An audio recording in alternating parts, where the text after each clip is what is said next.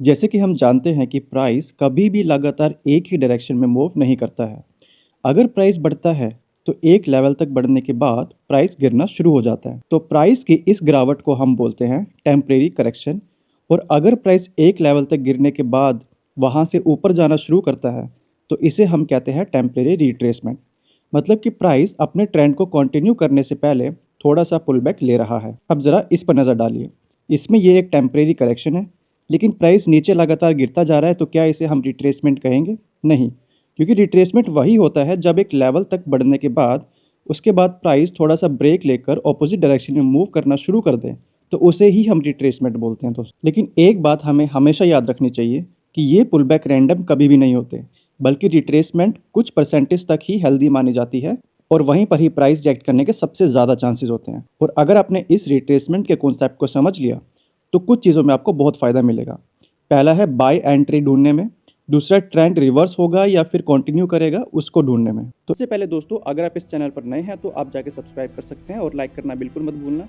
Like करने से दोस्तों ये वीडियो ज़्यादा से ज़्यादा लोगों तक पहुंचेगी और मुझे थोड़ा सा मोटिवेशन भी मिलता है, क्योंकि एक वीडियो बनाने में बहुत मेहनत लगती है दोस्तों। जल्दी से जाके लाइक कर दो, अगर हो सके तो कमेंट भी कर देना कि वीडियो कैसी लगी और अगली वीडियो कौन सी चाहिए वो भी बता देना। तो इसे अब मैं आपको एक चार्ट पे इस अप ट्रेंड पे अप्लाई करके दिखाता हूँ। सबसे पहले तो आपको ट्रेंड का स्विंग लो और स्विंग हाई को मार्क कर लेना है और इन स्विंग्स पर प्राइस कितना था वो भी मार्क कर लेना है। और अब मुझे ये देखना है कि प्राइस स्विंग लो से स्विंग हाई तक कितना मूव किया है। और अगर मैं इन दोनों प्राइस को माइनस करता हूँ तो मेरे पास इतना प्राइस डिफरेंस आएगा जो मुझे ये बताता है कि प्राइस इस स्विंग लो से इस स्विंग हाई तक इतना मूव किया है।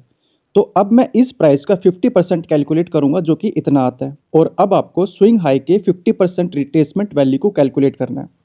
तो इसके लिए मैं स्विंग हाई के इस प्राइस को इस 50% वैल्यू से माइनस कर दूंगा, तो मेरे पास ये एक प्राइस वैल्यू निकल कर आ जाएगी। और इस प्राइस को मैं चार्ट पर कुछ इस तरीके से मार्क कर लूंगा। मतलब अगर स्टॉक का प्राइस इस प्राइस के आसपास आकर रिट्रेस करे तो ट्रेडर समझ जाते हैं कि अब ट्रेंड कंटिन्यू होगा और यहाँ पर ट्रेडर अपनी बाय एंट्री बना लेते हैं। लेकिन अगर रिट्रेसमेंट 50% से ज़्यादा होती है तो इसका मतलब है कि मार्केट अब रिवर्स हो सकता है। तो दोस्तों, इस स्ट्रैटेजी को हम बोलते हैं 50% रिट्रेसमेंट स्ट्रैटेजी।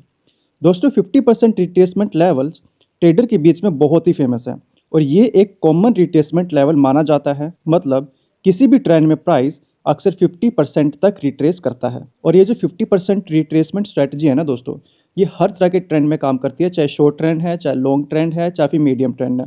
और आप चाहे कोई भी टाइम फ्रेम को यूज़ कर ले, चाहे वन डे का टाइम फ्रेम यूज़ करें, चाहे 6 मंथ का, ये हर टाइम फ्रेम पे काम करती है। दोस्तों, अब मैं आपको एक स्ट्रैटेजी और बताता हूँ जिससे आप और भी ज़्यादा एक्यूरेट बाय एंट्री ढूंढ सकेंगे और ट्रेंड रिवर्सल को भी चेक कर सकेंगे। देखो, कभी कभी स्टॉक का प्राइस 50% से भी ज़्यादा रिट्रेस करता है, 50% से कम में भी रिट्रेस करता है ट्रेंड के अंदर। तो इसीलिए मार्केट में मिनिमम 33% और मैक्सिमम 66 रिट्रेसमेंट लेवल भी बनाए जाते हैं। मतलब कि ट्रेंड को कंटिन्यू होने के लिए, एक proper by entry find out करने के लिए रिट्रेसमेंट कम से कम 33% होनी चाहिए और ज़्यादा से ज़्यादा 66% होनी चाहिए। जैसे कि मैंने इस चार्ट पर 50% कैलकुलेट किया था, उसी तरीके से मैं मिनिमम 33% और मैक्सिमम 66% लेवल को भी कैलकुलेट करके मार्क कर लूँगा कुछ इस तरीके से। और अब आपको यहाँ पे क्या देखना है वो मैं बताता हूँ, ज़रा ध्यान से सुनना।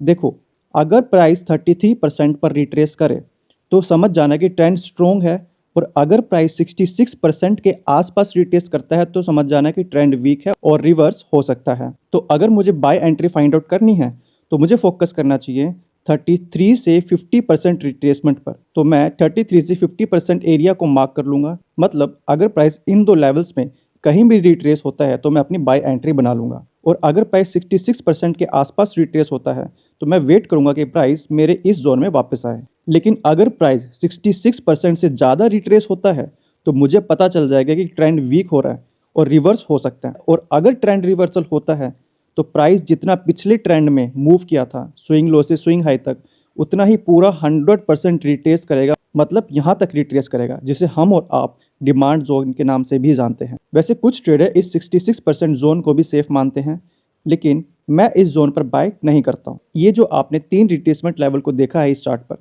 इन्हीं प्रिंसिपल्स को यूज करके एक टूल बना दिया गया है जिसे सब ट्रेडर फिबोनाची के नाम से जानते हैं। इसलिए आप जब भी फिबोनाची टूल का यूज करते हैं तो आपको वहां पर 0.382, 0.5 एंड 0.618 ये तीन नंबर्स हमेशा दिखाई देंगे। इनका मतलब है 38%, 50% और 61%। और आपका इन्हीं तीन नंबर की सबसे ज़्यादा ज़रूरत पड़ती है।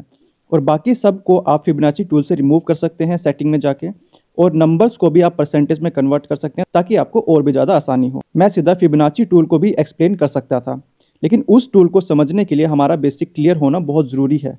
और इस कंसेप्ट को समझने के बाद आपको फिबोनाची की कोई ज़रूरत नहीं पड़ने वाली है। लेकिन अगर आप फिर भी चाहते हैं कि मैं फिबोनाची पर एक डेडिकेटेड वीडियो बनाऊं, तो आपको कमेंट में यस टाइप कर देना है। तो दोस्तों, हम अपनी स्ट्रेटेजी पर वापस चलते हैं। देखो, कुछ बिगिनर ट्रेडर रिट्रेसमेंट लेवल को सिंपल बनाने के लिए बस एक स्ट्रेटेजी को फॉलो करते हैं, उसका नाम है 40 to 65% रिट्रेसमेंट लेवल। मतलब वो बिगनर ट्रेडर सीधा 40% वैल्यू को कैलकुलेट करते हैं और 65% वैल्यू को कैलकुलेट करते हैं, और इन दो जोन को बस मार्क कर लेते हैं। और इन दो जोन में प्राइस अगर कहीं भी रिट्रेस करता है तो वो अपनी बाय की एंट्री बना लेते हैं। और अगर 65% से ज़्यादा होता है तो वो मान लेते हैं कि ट्रेंड रिवर्सल के चांसेस हैं, और वो थोड़ा सा अलर्ट हो जाते हैं। देखो दोस्तों, डो थ्योरी के हिसाब से 3 रिट्रेसमेंट लेवल हैं, 33%, 50%, 66%। और एल्यूट वेव थ्योरी के हिसाब से 2 रिट्रेसमेंट लेवल होते हैं, मिनिमम 38% और मैक्सिमम 62%। लेकिन हम दोनों अप्रोच को कंबाइन करके एक स्ट्रेटजी बनाते हैं, जिसमें हम मिनिमम रिट्रेसमेंट लेवल 33 से 38% और मैक्सिमम 62 से 66% रखते हैं। मतलब इन रेंज में प्राइस नॉर्मल माना जाता है।